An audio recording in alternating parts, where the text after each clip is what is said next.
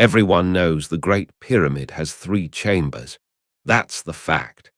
Taught in schools, printed in textbooks, documented in 1,000 documentaries across 60 years of television history. The Queen's Chamber, misnamed and mysterious, sitting in the middle of the structure, and the King's Chamber at the top, sealed in red granite, where Khufu was supposedly laid to rest 4,500 years ago. 3 chambers. That's the complete interior of the most studied building in human history. Except in November 2017, a team of physicists published a paper in Nature, one of the most peer-reviewed journals on Earth, announcing they had found a 4th space inside the pyramid. A void, at least 30 meters long, concealed directly above the Grand Gallery, unknown to Egyptology for the entire span of recorded investigation. They called it the Big Void. Nobody had been looking for it. Nobody expected it.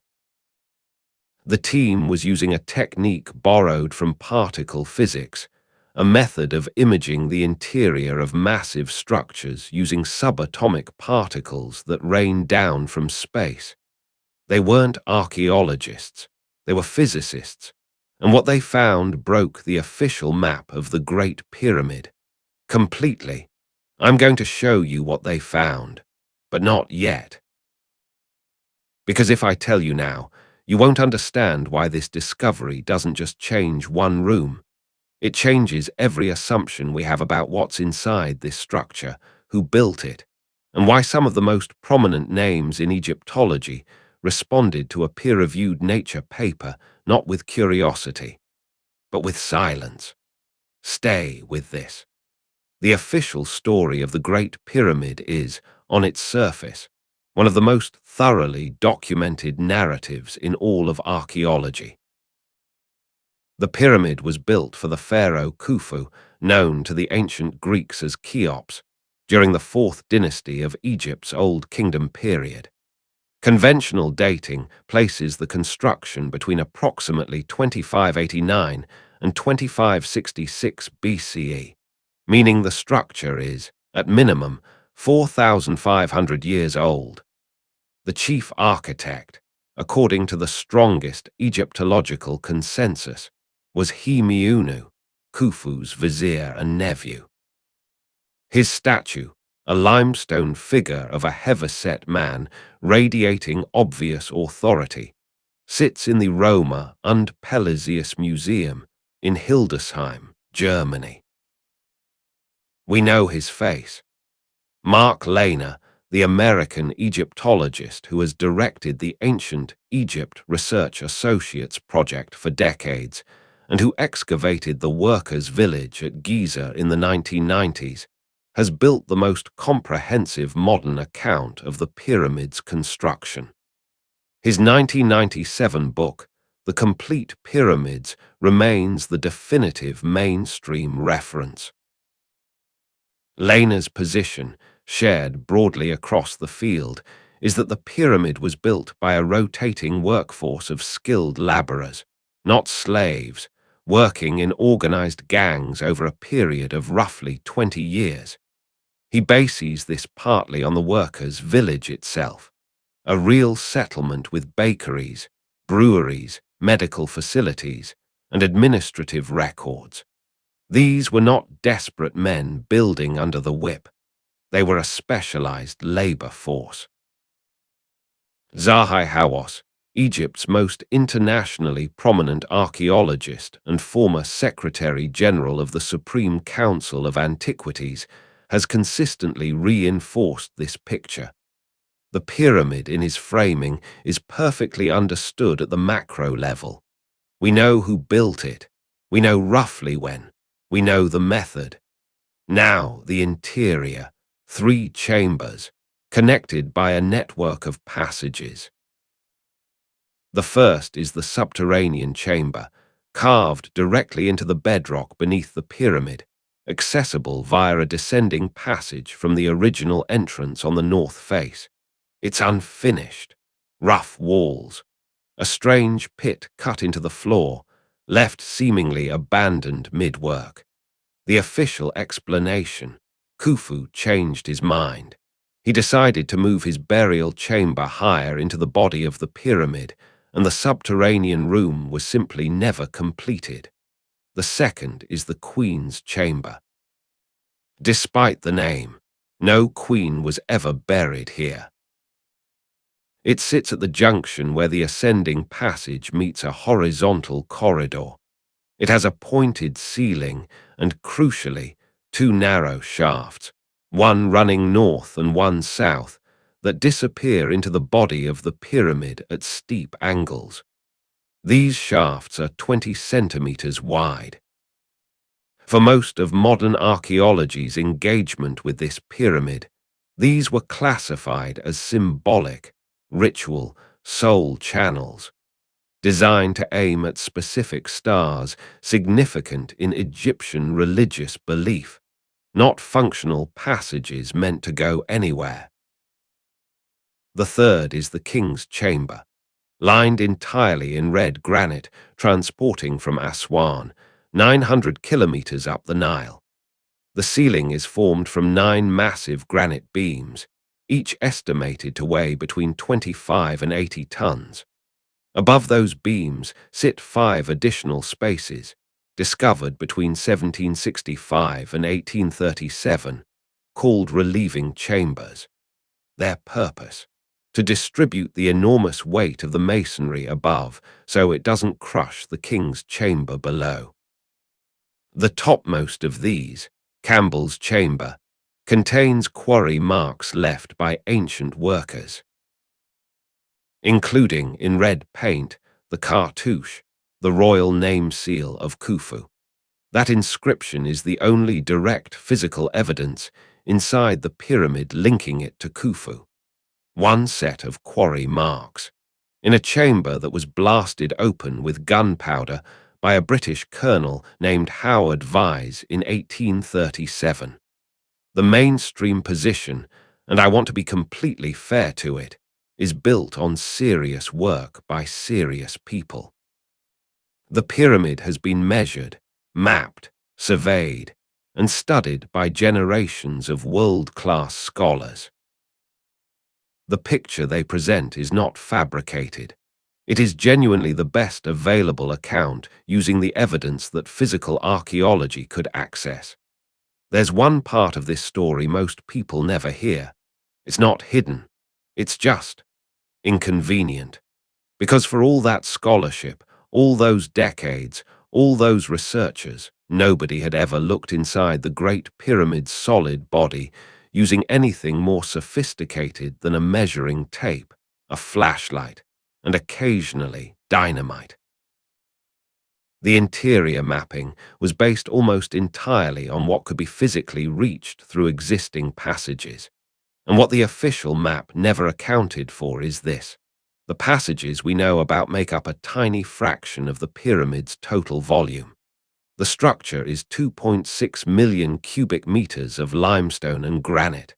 The known chambers and corridors, a few thousand cubic meters combined. The rest, the overwhelming majority of the structure, was assumed to be solid. Nobody had checked. And here's where it gets strange. Before we get to 2017, we need to go back to 1992. Because the void discovered by particle physics was not the first thing found inside the Great Pyramid that wasn't supposed to be there. And the way that earlier discovery was handled tells you everything you need to know about the forces that govern access to this structure. In 1992, a German robotics engineer named Rudolf Gantenbrink received permission from the German Archaeological Institute to conduct a survey of the pyramid's narrow internal shafts, those 20-centimeter channels in the Queen's Chamber. The commission was straightforward: map them, measure their dimensions and trajectory, produce precise technical data, clean up some existing ventilation fan equipment that a previous team had installed. Gantenbrink built a robot. He called it Upuaut-2, after the Egyptian jackal-headed god, the opener of the ways, who in funerary belief cleared the path for the dead. It was equipped with a camera, a laser rangefinder, and a laser inclinometer, compact enough to fit inside a 20-centimeter square shaft, operated remotely. Gantenbrink was meticulous. He had built 2 prototype robots before this one. The engineering was precise. In January 1993, Upuaut-2 entered the southern shaft of the Queen's chamber. Initial exploration measured the shaft's angle, approximately 38 degrees. The walls were smooth. The construction was exact. For a passage that every Egyptologist had described as purely symbolic, as a ritual void that served no functional purpose, the workmanship was extraordinary. You don't build a perfectly straight, precision-cut 20-centimeter shaft through 65 meters of solid limestone if it's just decorative. On March 22, 1993, Upuaut-2 traveled further than any previous investigation had reached. It traveled approximately 65 meters from the Queen's chamber, and then it stopped, because there was something blocking the way. A small limestone door fitted neatly into the shaft, with 2 copper handles, metal pins, set into its face, sealed shut, sitting at the top of a shaft that the entire Egyptological establishment had classified as going nowhere meaningful. Write that down. A sealed limestone door with copper handles, 65 meters deep, inside a shaft previously assumed to be a symbolic soul channel, discovered by a German robot on March 22, 1993. That door had been there for 4,500 years, and no professional Egyptologist had known it existed, not because they hadn't been curious, because no one had built a robot small enough to get there. Now, how the discovery was handled matters. Gantenbrink could not immediately announce what he found. A dispute arose between the German Archaeological Institute and the Egyptian authorities over who held the right to publicize the finding. The discovery was not officially announced until April 1993, and even then, the announcement was muted, quietly released, not treated as a major revelation. Gantenbrink himself was subsequently excluded from further exploration of the shafts he had just mapped with his own equipment. He never received permission to go back. Think about what that actually means. The engineer who discovered a sealed door inside one of the most examined structures in human history, using technology he designed and built himself, was shut out of his own investigation. That is not a conspiracy. That is archaeological bureaucracy doing exactly what archaeological bureaucracy does when it feels its territory has been entered without permission. It locks the door. The Egyptian Supreme Council of Antiquities did not permit anyone to explore that door again until 2002. 9 years. In the 9 years between Gantenbrink's discovery and the next expedition, that sealed door sat 65 meters inside the southern shaft of the Queen's chamber, untouched. When permission was finally granted, it went to a joint project between the Supreme Council of Antiquities and National Geographic. They deployed a second robot, nicknamed the Pyramid Rover, through the southern shaft. In September 2002, it drilled a small hole through the limestone door that Gantenbrink had found. A fiber-optic camera was pushed through the hole. Behind the door, a small cavity, roughly 20 centimeters deep, smooth limestone walls, a small fragment of a wooden object possibly an artifact visible on the floor, and at the back of that cavity, barely visible in the camera's field. Another sealed door, a door behind a door. The northern shaft was also explored in 2002. The Pyramid rover found it too curved for Gantenbrink's robot to have navigated in 1993, but the 2002 robot made it through. Similar sealed door, similar construction, unknown space beyond. So, behind the Queen's chamber, inside shafts that official Egyptology spent decades calling symbolic, there are sealed chambers, at least two of them, possibly connected to something larger beyond. And as of today, in 2026, those chambers remain physically unopened. No endoscope has penetrated the second door. No excavation has been permitted. The Egyptian authorities have not authorized it. The official explanation for what's behind those doors, there is none. The best anyone has offered is that the shafts were religious conduits, that the doors are architectural features, not evidence of hidden spaces. Dr. Alexander Badouri, the Egyptian-American architect and archaeologist from UCLA, and Virginia Trimble, the astrophysicist from the University of Maryland, first proposed in their 1964 paper in Mitteilungen des deutschen Archaeologischen Instituts that the shafts were aligned to specific stars. Orion's belt for the King's Chamber southern shaft, the circumpolar stars for the northern.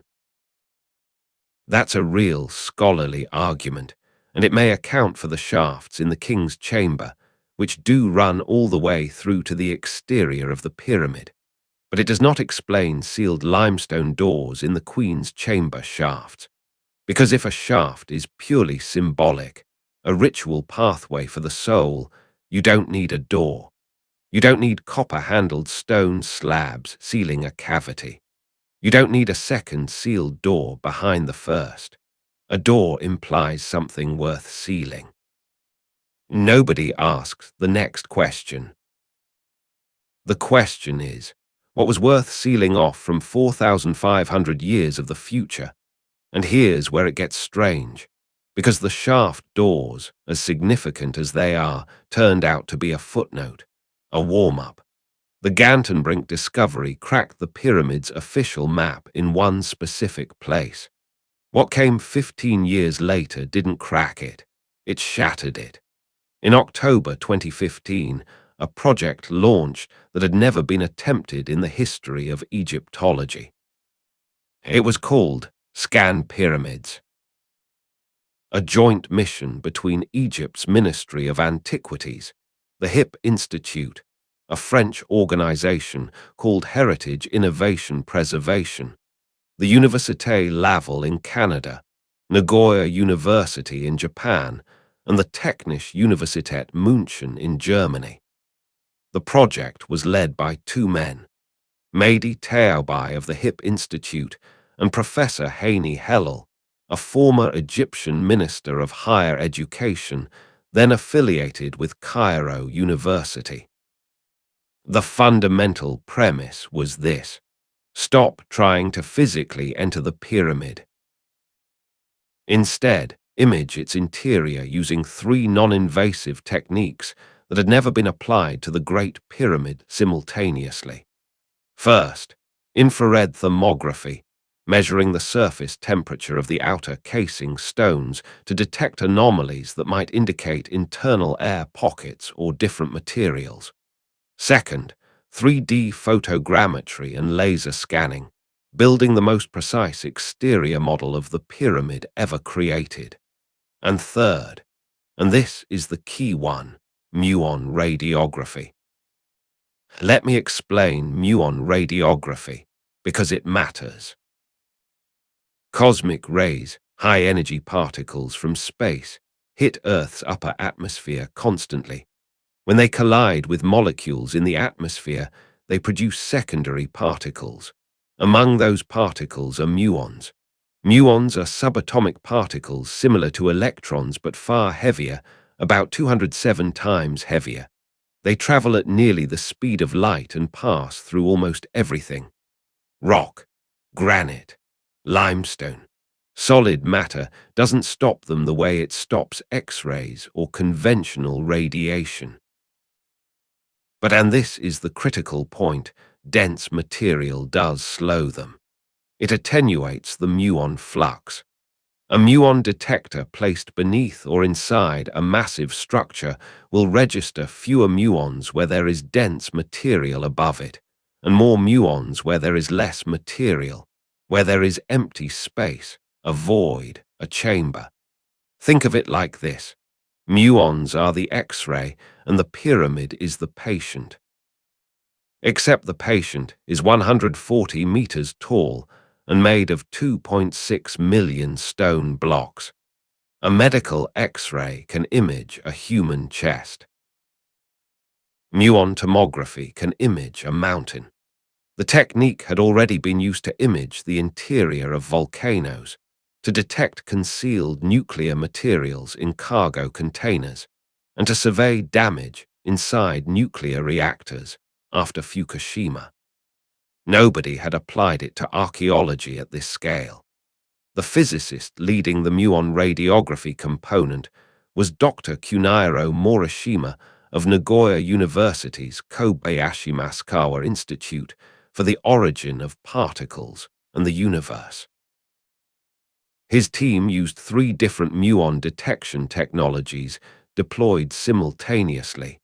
Nuclear emulsion films similar to old photographic plates, scintillator hodoscopes, and gas detectors. Each technology has different sensitivities and resolution characteristics. Using all 3 in combination allowed the team to cross-verify results and eliminate noise. The first anomaly came faster than anyone expected. In October 2016, barely 1 year into the project, the ScanPyramids team announced that infrared thermography of the north face of the pyramid had revealed something unexpected. During the daily cycle of heating and cooling as the sun moved across the sky, 3 limestone blocks on the lower north face showed a consistently higher temperature than the surrounding stones. Not slightly higher. Measurably, clearly higher.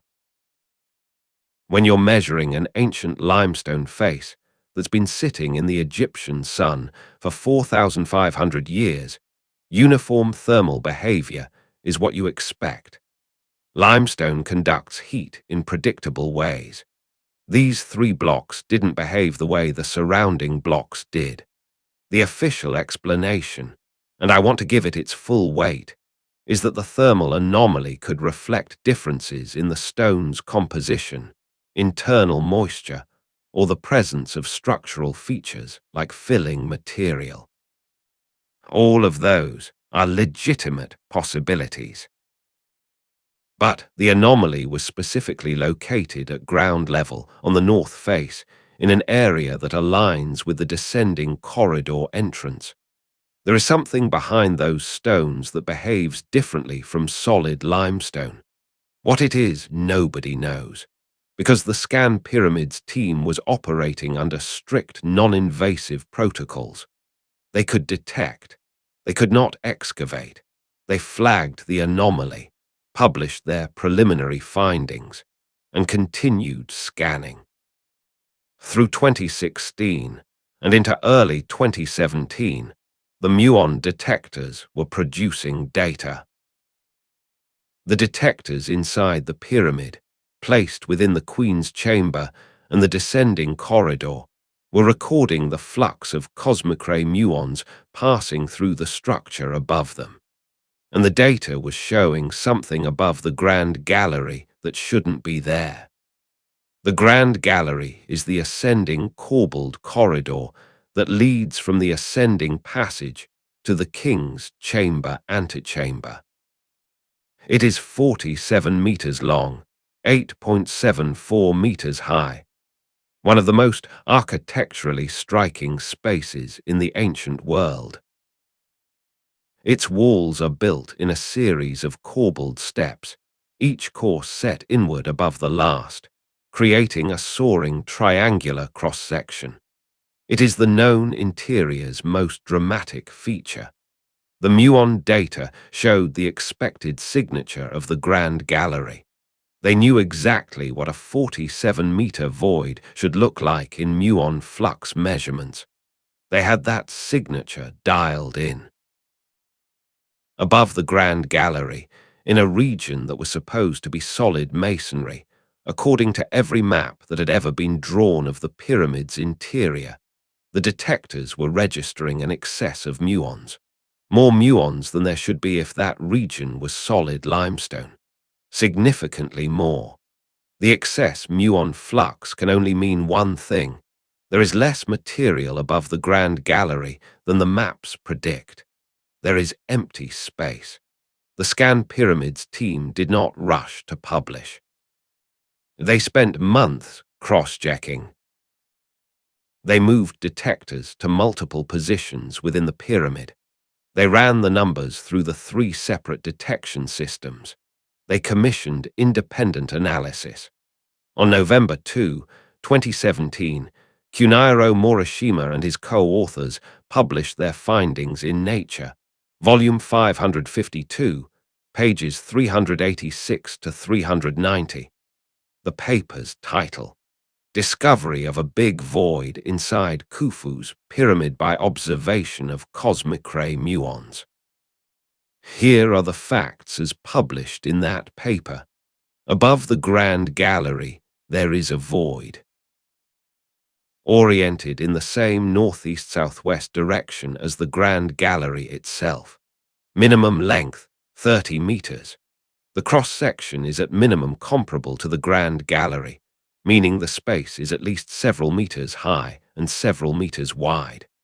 The total volume of the void cannot be determined precisely from the muon data because muon tomography gives you detection limits, not exact boundaries, but the minimum volume is substantial, 30 meters long, at minimum. Hidden above the most prominent known interior feature. Unknown to every previous investigation. The official explanation. It doesn't hold up. Here's why. The mainstream response to the Big Void announcement divided into 2 camps. The first, represented by scholars like Dr. Hawass, was skepticism, not about the data, but about the interpretation. The argument: the void might be one or more previously unknown stress-relieving chambers, similar to the 5 chambers above the king's chamber.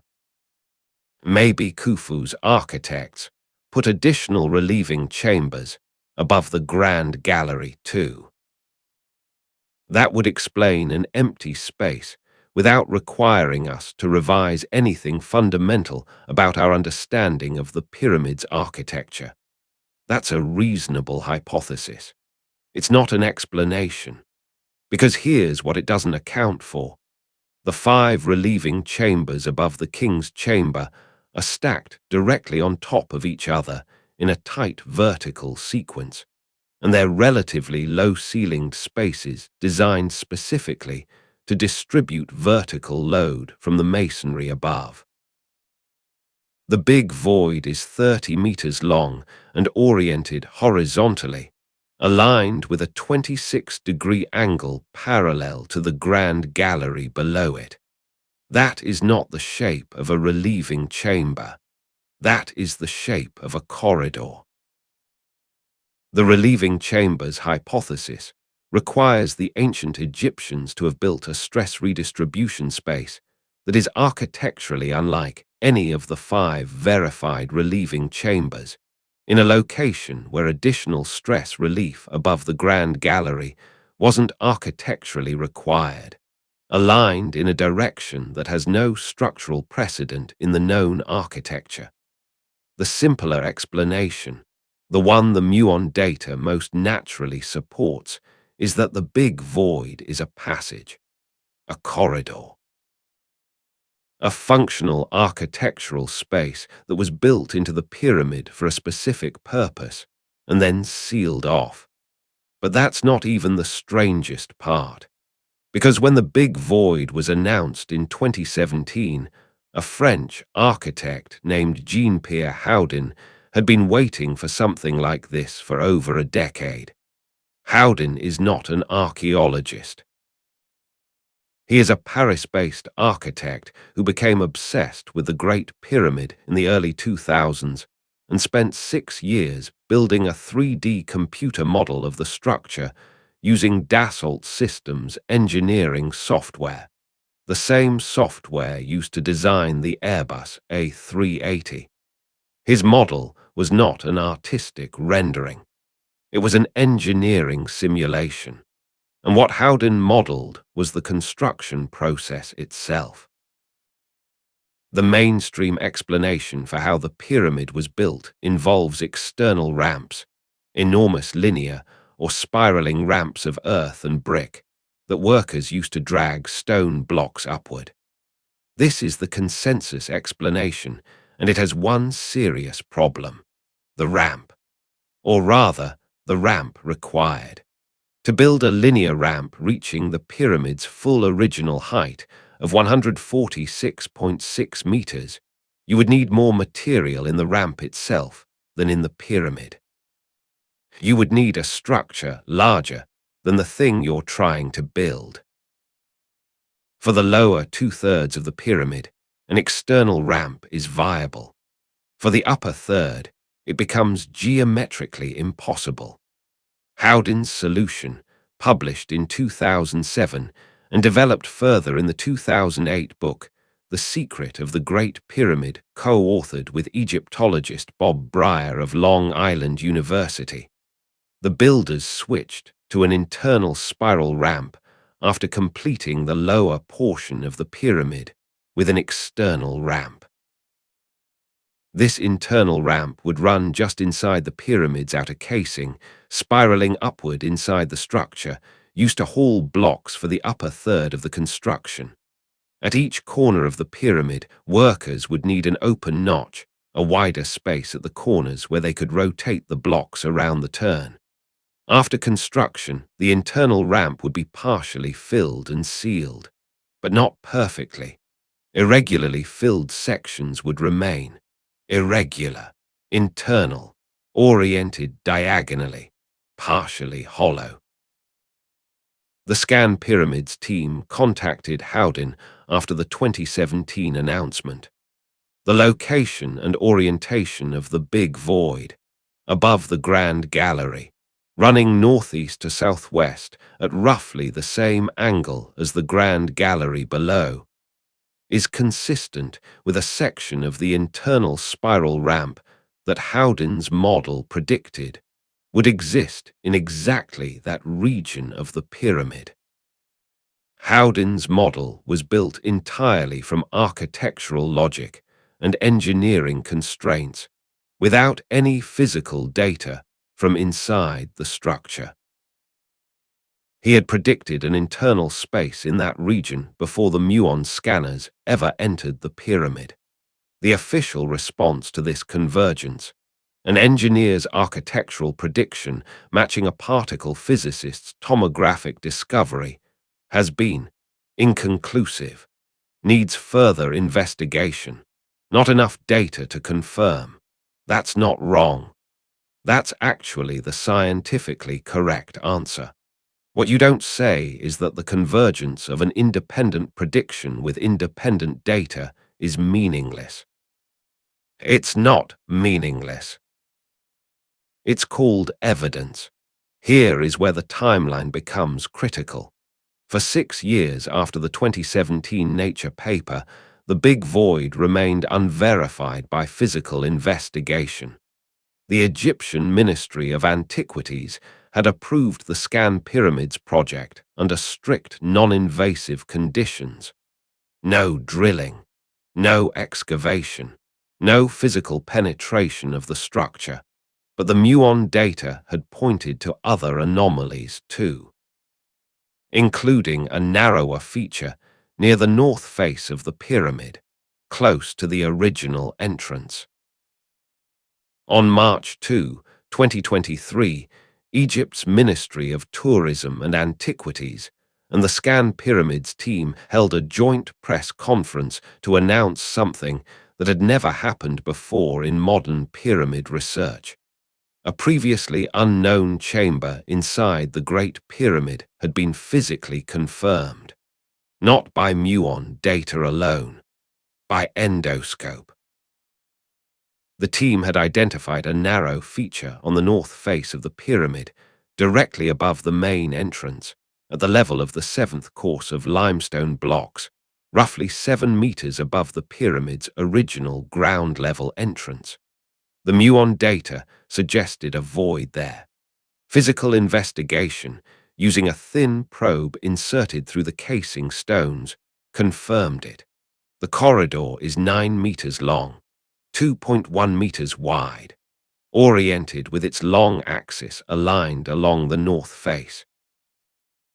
Its ceiling is a pointed, inverted V-shape, 2 flat limestone slabs leaning against each other, the same architectural technique used in the descending corridor entrance. Dr. Mostafa Waziri, the Secretary General of Egypt's Supreme Council of Antiquities, announced the discovery and confirmed its physical verification. This was not theory. This was not particle data. This was a fiber-optic camera pushed into a space that no human eye had seen since the pyramid was sealed.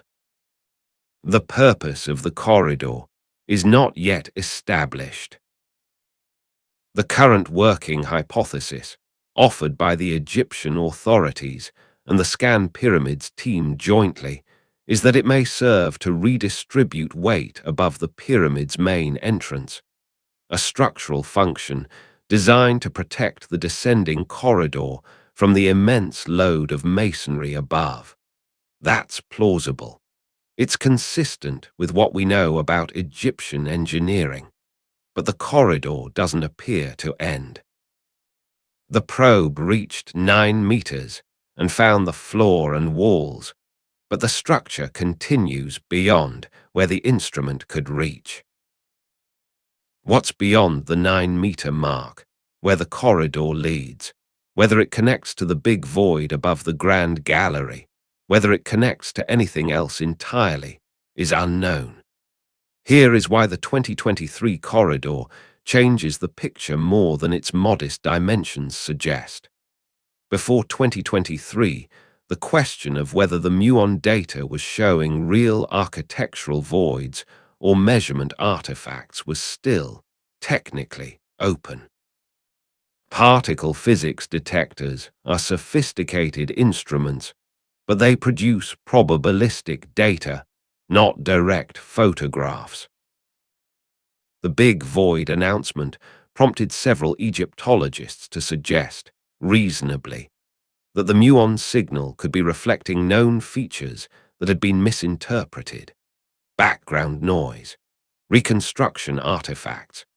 The 2023 corridor closed that debate when Dr. Waziri stood in front of cameras and confirmed that a physical probe had entered a space that no map had ever shown, a space first identified by the muon tomography methodology. The methodology itself was validated. The particle physics was not producing noise. It was finding real spaces, which means the big void signal, larger, more prominent, detected by 3 separate muon detection technologies, is also real. And the 2023 corridor shares a characteristic with the big void that is easy to miss if you're only looking at floor plans. Both spaces are located in the northern sector of the pyramid. The corridor is at the north face. The big void runs northeast to southwest, above the Grand Gallery, which also exits on the north side of the pyramid's interior. And the descending passage, the original entry corridor, runs south from the north face deep into the bedrock below. The north face of the Great Pyramid is where the architecture concentrates, where the original entrance is, where the descending passage begins, where the ascending passage branches off, where the grand gallery opens, and apparently where at least two additional spaces, one confirmed, one detected, are hidden above what visitors have always been able to see. That concentration is not random. Ancient Egyptian architects did not arrange their buildings accidentally. Every spatial relationship in a pyramid was designed. The north face of a pyramid faces the celestial North Pole, the point in the sky around which all stars appear to revolve, associated in Egyptian cosmology with eternity and the imperishable stars.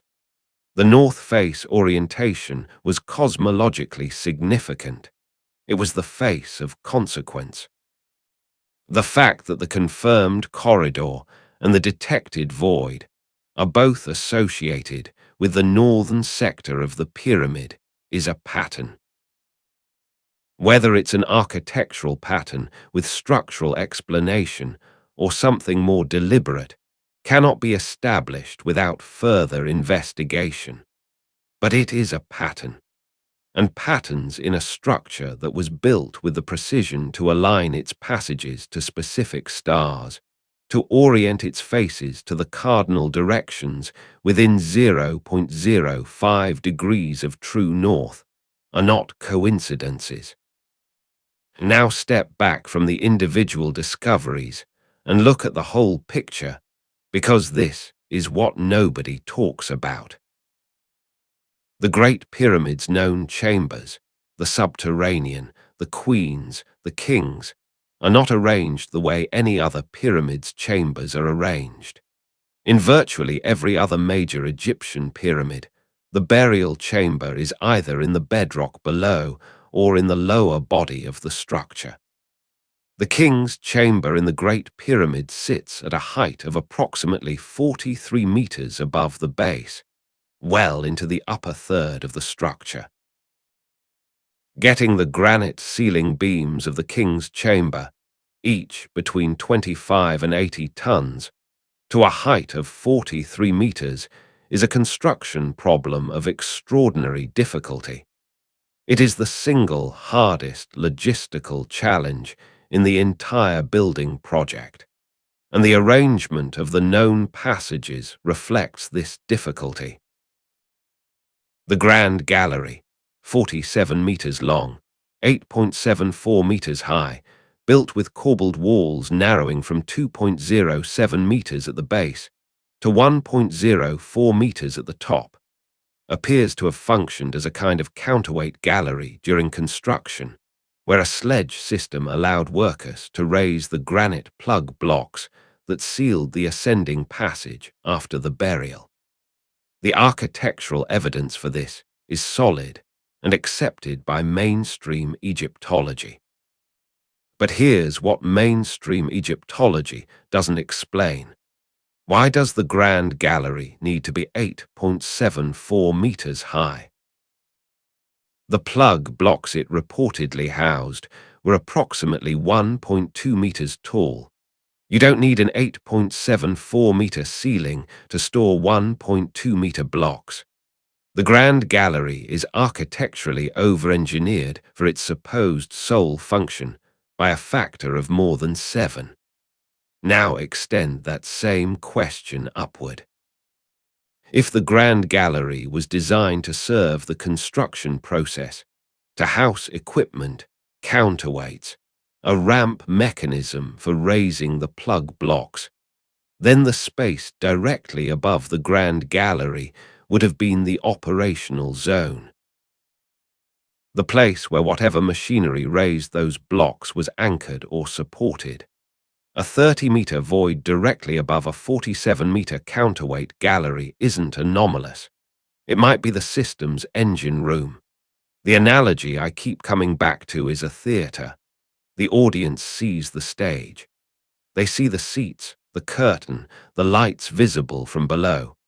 What they don't see is the fly loft, The enormous space above the stage where the rigging, the counterweights, the scenery all hang suspended and operate. Without the fly loft, the production below cannot function. But no one watching the show knows it's there. The grand gallery is the stage. The big void may be the fly loft, not a hidden burial chamber, not a secret archive. A construction system so sophisticated that we didn't recognize it from below and only discovered it because we borrowed technology from particle physics and pointed it at a 4,500-year-old building. The extra height and the corbelled architecture that creates it suggests either a secondary function or a connection to something above, something like a 30-meter corridor directly overhead. Let me pull this together because the individual pieces are significant, but the synthesis is what matters. We have, as of 2026, the following.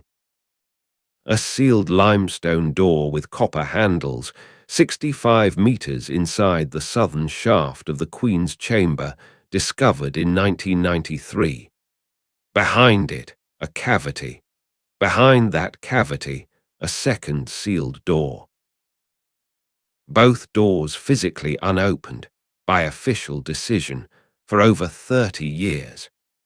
A muon tomography study, published in one of the world's most prestigious peer-reviewed journals, identifying a void at least 30 meters long above the Grand Gallery, in a location no existing map of the pyramid had ever shown as anything other than solid stone. An architectural engineering model, built independently and years before the muon study, that predicted an internal space in the exact region where the big void was subsequently detected. A physically confirmed corridor, 9 meters long, discovered in 2023 on the north face of the pyramid, the first new space to be physically verified inside the Great Pyramid in the modern era. Its destination unknown. A grand gallery whose ceiling is more than 7 times higher than its documented structural function required.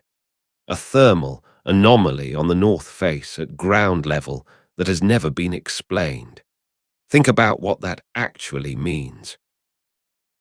It means the official map of the Great Pyramid's interior, the map that's been in textbooks for 150 years, the map that says 3 chambers and a series of passages, is incomplete.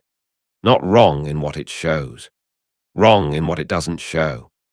The official position, and I want to be fair to it, is that the 3 known chambers are the 3 intended chambers, and any additional voids are structural, not spatial. Relieving chambers, construction ramps, architectural features. The mainstream argument is that we don't need to posit hidden rooms to explain what the muon data shows.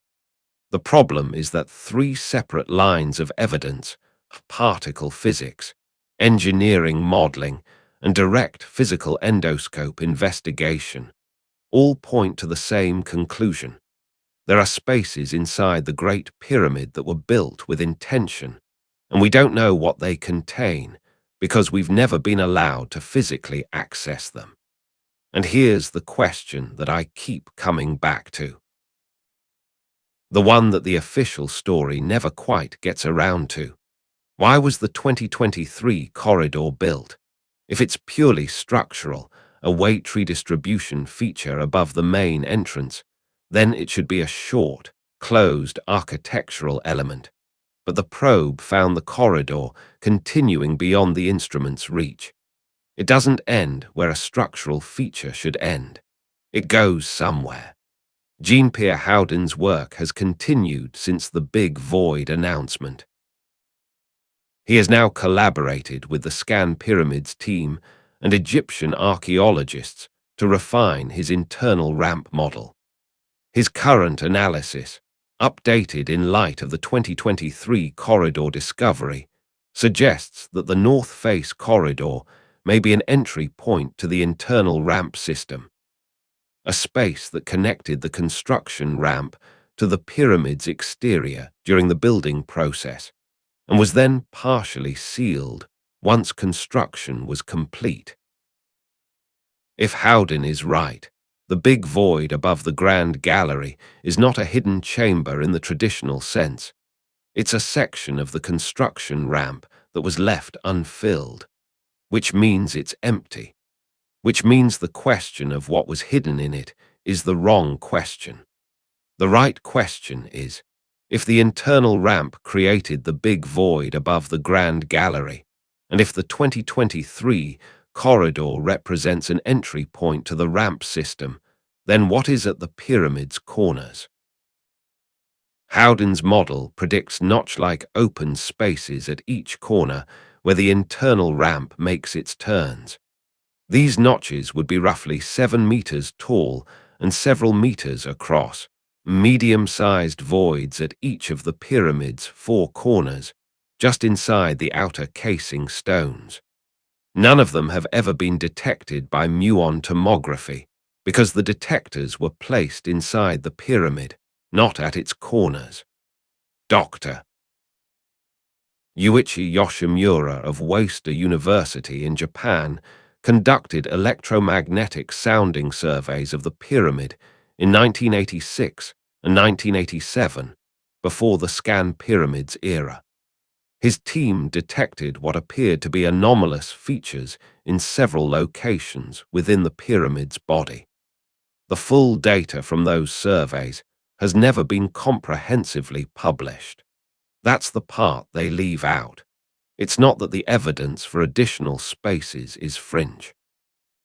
It's not that the researchers making these arguments are outside the mainstream. It's that the physical investigation needed to confirm or disprove the evidence has been, for a combination of political, institutional, and bureaucratic reasons, consistently deferred. The Egyptian government has legitimate interests in controlling access to the pyramid. It is a World Heritage Site, a national symbol. Reckless investigation could cause real damage. These are real constraints, not manufactured ones. But the result of those constraints is that we have a 4,500-year-old structure that has been studied longer than almost any other building on Earth, and we still don't know what's inside it. Not because we can't find out, because we haven't been allowed to. And what the ScanPyramids mission proved, definitively, in peer-reviewed literature, is that the assumption of solid masonry throughout the pyramid's body is wrong. The pyramid has internal voids. It has sealed doors. It has a corridor on its north face that goes somewhere we haven't mapped. And it was built by a civilization that was, in at least some respects, operating at a level of architectural sophistication that our standard textbook account doesn't fully explain. Mark Lehner's excavation of the workers' village is real. The organizational capacity it represents is real. A well-fed, well-organized workforce of tens of thousands of skilled laborers is the most plausible construction model we have. A well-organized workforce of skilled laborers using an internal ramp system that we only discovered through particle physics in 2017 is a different picture than the one painted in 1997. It is a more complex machine, built by people who understood, at a level we are only beginning to recognize, how to hide their architecture inside the very building they were constructing. So here is where we actually are, because I want to be precise about this, not vague, precise. There are 5 specific questions that, as of 2026, remain unanswered. Not because no one has thought to ask them, because no one has been permitted to answer them. Question 1. What is behind the second sealed door in the southern shaft of the Queen's Chamber? The Pyramid rover drilled through the first door in 2002, found a cavity, found a second door. That second door has never been penetrated. The Egyptian Supreme Council of Antiquities has not authorized further physical investigation of the shafts. In 2011, a University of Leeds team led by Dr. Robert Richardson received preliminary permission to explore the shaft system using a new snake-like robot called Jedi. The robot entered the southern shaft and returned imagery showing previously unseen features on the walls of the cavity behind the first door, including what appeared to be hieroglyphic symbols painted in red. The symbols have not been fully analyzed. The second door has not been breached. The investigation was paused. It has not restarted. Question 2. Where does the 2023 North Face corridor lead? The physically confirmed corridor is 9 meters long. The probe ended there, but the corridor continues. The ScanPyramids team has muon data suggesting the corridor's trajectory may connect to the descending passage below or to a feature closer to the center of the pyramid. The geometry is unclear. Physical follow-up investigation has been announced as a priority by Egypt's Ministry of Tourism and Antiquities. But as of this production, no confirmed physical penetration beyond the initial 9 meters has been publicly reported. Question 3. What is actually in the Big Void? The Big Void, 30 meters long, above the Grand Gallery, has not been physically accessed. Its muon signature tells us it is a void. It does not tell us what the void contains. If it is a section of an internal construction ramp, it may be empty, filled with construction debris, or contain artifacts left by the workers who used it. If it is something else entirely, if the relieving chamber hypothesis is correct, or if the ramp theory is wrong, then its contents are completely unknown. The ScanPyramids team has proposed using more precise muon tomography with next-generation detectors to refine the void's exact geometry before any physical investigation is attempted. That refined survey, to the best of our knowledge, has not yet been published. Question 4. What did Dr. Yoshimura's 1986 electromagnetic survey actually detect?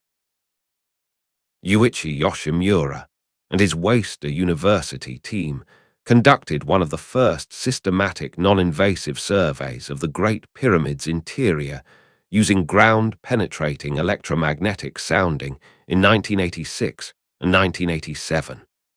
Their preliminary reports mentioned anomalous features in several locations that didn't fit the known architectural map. The complete dataset from those surveys, all of the raw measurements, all of the analysis, has never been published in full. It sits in archives. Some researchers have cited it in passing. No comprehensive peer-reviewed paper using the complete Waseda dataset has appeared. Question 5. Why does the Grand Gallery have an 8.74-meter ceiling? This is the question nobody in mainstream Egyptology will give you a satisfying answer to. The corbelled ceiling of the Grand Gallery is architecturally extraordinary, one of the most sophisticated internal architectural features in the ancient world. It required enormous precision to build. It rises to a height more than 7 times greater than what the plug block storage hypothesis requires. The answer, the real engineering answer, likely involves the relationship between the Grand Gallery and the Big Void above it. But that relationship can't be confirmed until the Big Void is physically investigated. This is where real history lives, not in textbooks, in the questions that haven't been answered yet. We stand in front of a structure that has outlasted every government, every empire, every civilization that has come after it. A structure built with a precision that our most advanced modern instruments, muon detectors, infrared cameras, laser scanners, are only now beginning to resolve. And what those instruments are showing us is that we have been working from an incomplete map. The researchers still working on this, Kunihiro Morishima at Nagoya University, Jean-Pierre Houdin pursuing his architectural analysis, Dr. Mostafa Waziri's team at Egypt's Supreme Council of Antiquities, the ScanPyramids collaboration, are not done. The project is ongoing. The data is still being analyzed. But here is the question I keep arriving at, the one I can't resolve no matter how long I look at the data. The Great Pyramid was built to last forever, sealed, precisely closed, designed to resist exactly the kind of investigation it has received for 4,500 years. What were they trying to keep hidden? And from whom? If you stayed until this point, it tells me something about you. You're not the kind of person who hears, "We don't know," and stops. You're not satisfied with incomplete maps and deferred investigations. You want the actual answer, not the sanctioned one. Neither are we. What we've laid out in this video is not fringe. Every researcher named here is real. Every paper cited is real. Every measurement is documented. The Big Void was published in Nature. The 2023 corridor was physically confirmed by Egypt's own Ministry of Tourism and Antiquities. The sealed doors in the Queen's chamber shafts were captured on camera in 1993 and again in 2002. These are facts. The question of what they mean, what is sealed behind those doors, where the 2023 corridor leads, what the Grand Gallery's impossible ceiling height was engineered to accommodate, those are the questions that are still open. And they will be answered, not with speculation, with cameras, endoscopes, muon detectors, and the relentless kind of curiosity that refuses to accept. We'll get to it eventually as a research strategy. If this kind of investigation matters to you, subscribe. Turn on notifications, because this channel exists to follow evidence wherever it leads, and the Great Pyramid is far from finished giving up what it knows. The next video in this series takes the internal ramp hypothesis apart brick by brick and looks at evidence from 3 other pyramid complexes that supports a construction technology we still can't fully replicate. It's coming soon. You'll want to see it. And before you go, all sources for this video, every paper, every researcher, every measurement are time-stamped in the description. Go look them up. Verify the citations yourself. Don't take our word for it. That's not how this channel works. The Great Pyramid has been studied longer than any other building on Earth. We've mapped its surface. We've walked its passages. We've measured its blocks to the millimeter. And inside it, sealed behind limestone doors and hidden in spaces that particle physics only found in 2017, there is still something we haven't seen. What was sealed so carefully, in a structure built to survive eternity, that it required not 1 door, but 2.